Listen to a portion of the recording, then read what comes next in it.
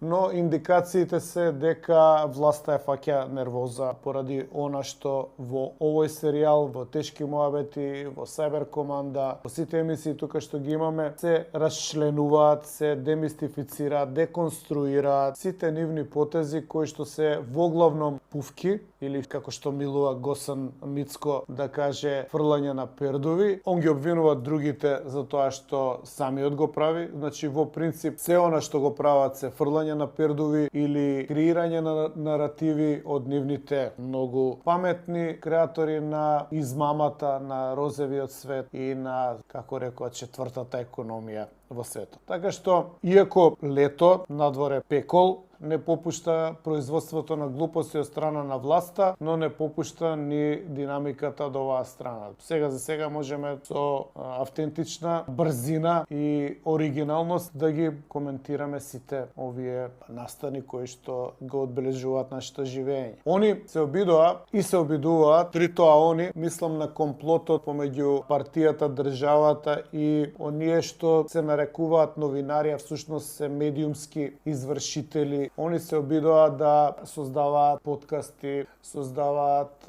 шум, си одат едни кај други на гости, раскажуваат приказки, но има еден проблем. Никој нити ги знае подкастите, нити ги гледа, нити имаат влијание, нити делуваат автентично, нити луѓето што ги водат подкастите се реални новинари, но се знае дека се извршители од најниско ниво, се оградувам да не речам црви, од калта во која што се прпелкаат за да се доберат до некоја трошка која што ќе им ја фрли власт.